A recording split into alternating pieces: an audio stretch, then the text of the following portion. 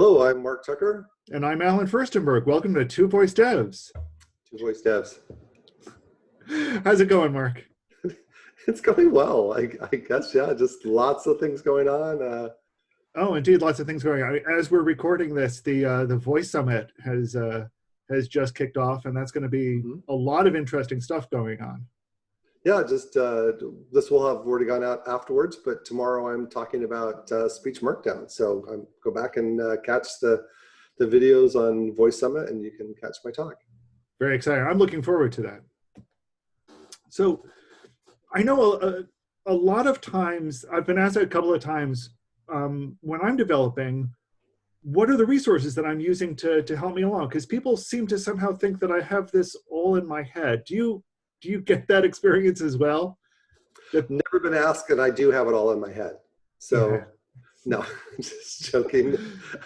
I get asked too, and yeah. So it was fun compiling just a quick list of places that I go to get help on different things, and let's talk about it. So yeah, no, I think it's great that we kind of share where we turn when we've got questions and when we go to research stuff, and yeah, there's stuff that we know, but there's always new stuff that's out there. So I know the first place I always turn is just what's the base set of documentation, because both sites publish this. Here's the official documentation, and that's always my best starting point. Yeah. So we'll talk about this, but since I do Alexa stuff and cross-platform with Jovo, then there are kind of like two main places that I go. I go to the Jovo website, and there's a whole bunch of stuff off of that. You can get to official documentations and tutorials and forum. Forum's a great place on Jovo to talk about things, and usually get back from one of the Jovo team members or somebody else pretty quickly on that. Also the marketplace.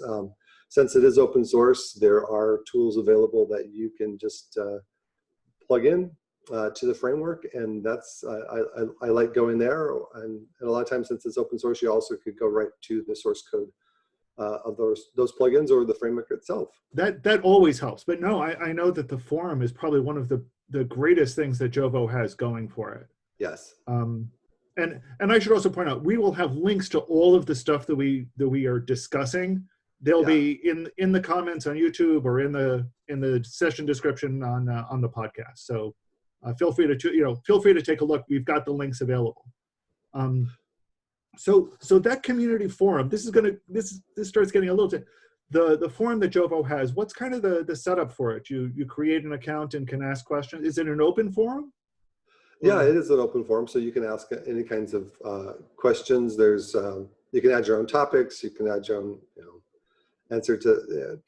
answers to questions that other people are asking. So it is pretty open, and it's pretty full featured. You could reference other clips from someplace else into your post, or specifically mention somebody if you want them tagged on something. So no, very, very nice. I know that Google, oddly enough, sponsors a forum on Reddit for actions on Google, and it requires a Reddit account, but it's also open, so everything is still public, and you can search for answers. And that's where you get some discussion about general techniques. What's the best way to approach this? There are a lot of smart home questions that are there. It's not a great programming forum though. So it's more topical type things. How do I approach this problem? Why doesn't it do this? I've run into this bug. What's going on? Yeah, I very much post code there. I like, all right, team, this is my code sample. Why is this not working or whatnot? And in some cases, it's like, oh, yeah, that feature's not there yet. So, and then a lot of times, a few days later, I get back, I'm like, okay, I'll pull down the latest version, and it's in there. That's always wonderful, especially with an open source project like Jovo. No, for code questions on the Google side, we usually encourage people to go to Stack Overflow instead. Mostly because we know Google indexes Stack Overflow really well for searching. And because it's got tools that are meant to support developers. It's really catering towards developers. And it's got nice reputation systems. So people are Yeah. encouraged to ask questions and answer questions and build on questions. All right. Well, I'm a little bit embarrassed to admit this, but early on, I tried to use Stack Overflow for Alexa and just found out that there really weren't any answers there. And I haven't tried back lately, so maybe I'm missing a resource by. Well, so where is the usual spot for Alexa devs to go ask questions? I mean, I've seen an Alexa forum that shows up in my searches forum, sometimes. and it's there. It's not super great. I ended up just asking questions on Twitter and tagging some people that I know, or there are various different Slack groups. I do have one for Alexa champions that are just the champions that I can ask some stuff that I can't ask someplace else. But You know, I would actually also, I mean, that is a resource, you know, on the Alexa side, asking Alexa champions like you, like some of the other champions, you know, on Twitter or on LinkedIn. That's certainly a great starting point. Yeah, because a lot of times we've hit some things, or we've heard something, or we know somebody who knows somebody, type of thing, and we can, I don't know, we just have a lot of experience over the group of champions. So that's definitely a place. If you, I even have a list someplace out there on Twitter that's all the current Alexa champions. So if you find that on Twitter, then you have a list of everybody you can ask. You know, and similarly on the Google side, we've got the GDEs for the assistant. I know all of them are always pretty eager to answer questions. Several of them have posted, you know, do things like they post blog posts or they do videos about tutorials or answering other questions. I'm also going to make a small plug here. Every week on Wednesdays, I run 3 office hour sessions, and people are welcome to join those office hours specifically to ask questions about voice development in general or actions development specifically. And I post the times and the link to that on Twitter. So yeah, and I would recommend that you go. Alan's just a font of knowledge on different things, and if you don't even have a specific question and you just want to chat voice, then sometimes that's what happens too. Well, you know, I think that actually also points out the fact that resources like the voice lunches that both of us attend, you know, even if you don't have specific questions, they're great places to learn where to begin. You know, where do you begin with voice design?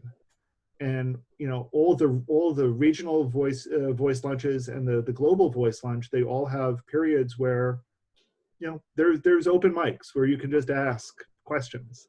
Or sometimes you can just, put something in the chat too. So lots of, I think there's lots of people that are willing to help. Just don't be afraid to ask. We've been in the same position, and I ask questions constantly too. So I don't think anybody knows it all. And I started, when I started back in voice dev in 2016, I had JavaScript experience from doing websites, not really anything with Node. Now I'm a Node.js developer writing Alexa skills on AWS. I had to learn the whole AWS stack that I'm using, and lots of other things along the way. So just got to start someplace. Yeah. So what were some of the other tools that or other resources that you used when you were starting out? There weren't a lot out there. There were some docs from Alexa on the Alexa Skills Kit SDK. So just followed that, and there is just so many resources available on the Node Package Manager site. So NPM has all kinds of, since I'm developing in JavaScript, if I want to interface or use libraries to help with those skills, then it would just be trying to find those on NPM.js and figuring out how they worked. But there are, there's blog posts and other things. That's one of the things I do like about Alexa, is that their documentation just has exploded in the recent years, and it's really, really good. I just, prefix any search that I do with Alexa Developer and then whatever it is, and I usually get a link one or two is somewhere inside of the Alexa docs, and then I just go right to the docs and look them up. And they're so detailed that I could do Alexa developer schema or something like that, and I could get the different JSON schema formats for different things if I needed to figure out, okay, what is that one setting doing in this configuration file or something. One of the great things I like are the developer blogs. Really, they kind of dive in on topics. So when you're trying to get your head around what how to approach a general thing, not even what is this feature, but how do I approach this as a whole? How do I do in-skill purchases, or how do I do graphics? Even before you knew that the term was APL, there would be a blog post on it somewhere. Yeah, and they do seem to do a really good job when new features come out to do a blog post that introduces that and then a link into the docs. So even if you've stepped away, I'm constantly immersed in this. I do this every day. But if you aren't doing Alexa development every single day, and you've been a couple of weeks or a month or two that since you've checked back, then check the blogs and see if there's anything new there. Or sometimes I even just go through the blog posts again, kind of like, did I miss anything? So it's a great resource, and they do a very thorough job on the introduction and always have a link. No, I always love, it's always one of the top hits that I encounter when I try to figure out how to do something, and it's an invaluable resource. I really enjoy reading what they're talking about. So let's see what else. I know on the I guess the rough equivalent on the Google side are three things. One is they have some of that broken, some of the features, not quite how-to, but sort of how-tos as part of the documentation. They have what they call Assistant on Air, which is really more kind of like what you and I are doing right now. Talking in a high level about features, or talking in a high level about how to do something. And then they have what they call code labs. And this is something that's actually pretty standard from Google developers as a whole, that they have step by step, here's how you do, here's the goal, and step by step, here's how you get to that goal. So they have a few different code labs on different topics. And those are linked to from the documentation. Yeah, if you go to GitHub on the Alexa side of things, then there are a number of different tutorials that will walk you through things. There's also like a recipes repo that has just like little snippets of different things, like this feature, and here's kind of a little code sample. It's not maybe the whole, it's not a whole tutorial, and it may not be a whole runnable piece of code, but as far as a whole skill, but it has different clips that show you how to do different things. Now, granted, that doesn't work so well for me since I'm doing Jovo and all of their examples are in Alexa Skills Kit SDK version 2. But sometimes when I'm trying to understand how something is supposed to work and not quite sure on the Jovo side, then I take a look to see what it's doing on the Alexa side, and then I'm able to kind of figure out how it's supposed to work. No, that's actually, now that I think of it, that's kind of an interesting perspective that both you and I again share, is that I don't do a lot of work with Google's suggested libraries, but there have been plenty of times when I will use the library and test a feature to see how it's working and how they say it should be working. Right. So I get a better sense of what is it doing under the covers, or where the boundaries are. Yeah, and once you get that, here's how I can apply it to my library or my instance, or the details of what I'm doing. Or on the Jovo side, if you want a feature and it's not there, then you take a look at the sample that and that you see what XML or what JSON it implements, and yeah, you add the directive to Jovo, or making it either a plugin or you do a pull request to the library. And that's one of the things I like about too a lot about Jovo, is that I can get right into the source code and check things out and say, oh, this is how it works. And I'm really impressed with the way that the whole Jovo library is laid out, and its ability to do different middleware, with, different events and plugins and everything. They've done a really good job on the structure of it. So let me ask you this. I follow a bunch of people on Twitter. I follow the Actions on Google account. There are a couple of people I know on the developer relations team that I follow on Twitter. Who do you follow for the Alexa stuff? Now there's an official Alexa devs. There is an official Alexa devs. I do that. I follow all the champions. Let's see. What other resources? One of the resources, and they have great videos, by the way, is Dabble Lab. I don't know if you've seen them, but they do a lot of stuff that's templates or different, and it's not just Alexa, and sometimes it's even Jovo, sometimes it's Ask, but just great videos. So I follow stuff that they're doing. Oh man, a number of the different developers that I've seen over the years that are on different teams from the Alexa teams. Like, there's a few people that are doing stuff with APL that work for Amazon, and there's some that don't, but I follow them because you see that they're doing some great stuff with animations and so just a lot of just take a look at who I'm following and see if you want to follow them too. Yeah, no, I think we tend to curate a lot of the people, a lot of really other great developers that are out there. Yeah.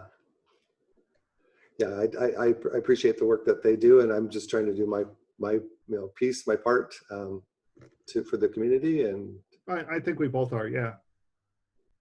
I think I also briefly want to mention that there's still a lot of people that I know that are using Dialogflow to build Google Actions.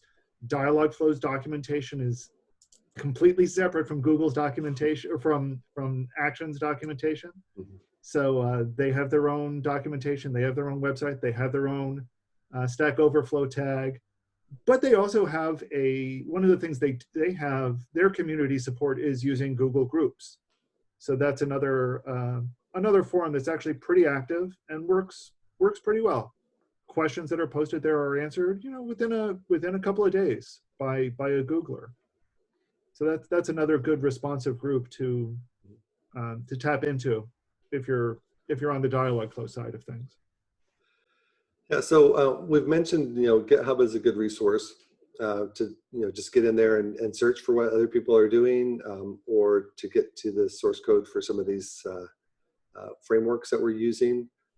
So I've created one called Jovo Community, and that's where I put some plugins. I've got some additional plugins I want to add that are around the lines of like keeping score, things that you'd want to have in a game or in a gamified voice experience. So those will be things I hopefully will add before the end of the year. Just want to run it through a project and get some of the kinks ironed out first. But come join us with Jovo Community, and if there's some stuff that you want to add to it as well, you can obviously do your own repo. But if you want to be part of a bigger community and have things grouped together, then you're welcome to put your stuff with us. No, it's always great that you're able to build that kind of community around a product like Jovo.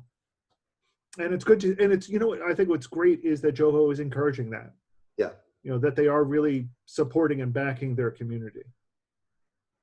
Yeah, they are, and they're they've got a really big job as new features are released on different platforms. We'll see what new is going to get released this week on the Google side of things, if there's any additional things, but just making sure that those new features are implemented in the framework in a timely fashion. And I think it's always interesting to see how those features get implemented and how people react to them, because again, it turns into, it's not just sending it out and what is the documentation for it going to look like? What are the blogs around it going to be talking about? Right. What is Alexa always had, when Alexa has their dev day, all of the stuff that comes out around their dev day, and this is this is Google's first dev day, but when they do I/O in the past, everything that comes out surrounding it. So it's always interesting to see how documentation so radically changes when things change. Yeah, no, that is interesting. Let's see if there's anything else on the Alexa side. I think we touched on things. There's some sites that people have created that are tools that you can use. So one of them is Voice First Tools. They have a number, the developer there has a number of different tools to help you with APL or creating animations or converting SVG to Alexa vector graphics so that you can use them in APL. There's the marketing asset creation tool. So if you wanted to have like a background image with a little speech bubble that has your, Alexa say this to start your skill and use it for social media, they've got a tool to create that, as well as with notifications, they're called proactive events. And there's like a subset of different templates that you can use. And so there's a tool that you can point it to your skill and pick which event it is, and you can go ahead and just test sending out events either locally or to your production skills. So that's another place there at Voice First Tools. And then there is also a new APL simulator. If you want a nice like graphic of your of an Echo Show with a screen that shows your APL on it, and you want to have it angled or something, it's a simulator that gives you a nice look when you're showing off your APL. So very nice. I'll include a link on that, but there's lots of people that are creating tools and have sites that are around those. So those are a few that I call out. Very good. So, again, we're in the middle of the Voice Summit. It's going to be interesting to see what announcements come out, not just from Google, because they've got their big set of announcements later this week, and we'll be talking about that next week. But we'll also be talking about, I think, any other big announcements that we see, any other exciting stuff that'll apply to developers. Yeah, so enjoyed when I went to Voice Summit last time, and it was a live event, and sad that we're not able to do that. I understand. That was where we first met, you and I. It was. You were sitting in a group, a small group of the entourage from Google, Yep. and just chatting. I hadn't known Mandy because she was an Alexa champion before she joined Google, and just met everybody else. Just great team. It's a great, and I think one of the things that I like about the live events, and I hope we see with events like this, are these kind of networking and connections. Being able to talk to people. And that's, what got us started talking about both our journeys through voice and the differences and our experiences and how we connect and how we can connect to do things better for everyone. And I think that's one of the things I think I want to encourage our viewers and listeners to reach out to us. When you have those questions, feel free to reach out to us. If you've got comments, feel free to reach out to us, because we want to know about your journey through voice, and we want to help you through your journey with voice. Yeah, I totally agree. We're here to help. One of the things I did love about conferences were just bumping into people in the hallway and like, oh, I know you. First time I've met you, but I've seen you online, type of thing. And that's one of the things that I'm getting from Voice Lunches, is this ability to talk and get to know people, kind of like those hallway conversations. So the hallway track is always the best part of a conference. Totally it is. So until we return to real hallways, again, we encourage people to reach out to us, and we'd like to thank you for watching and your feedback. Thank you very much. We're Two Voice Devs. Two Voice Devs. Take care, everyone.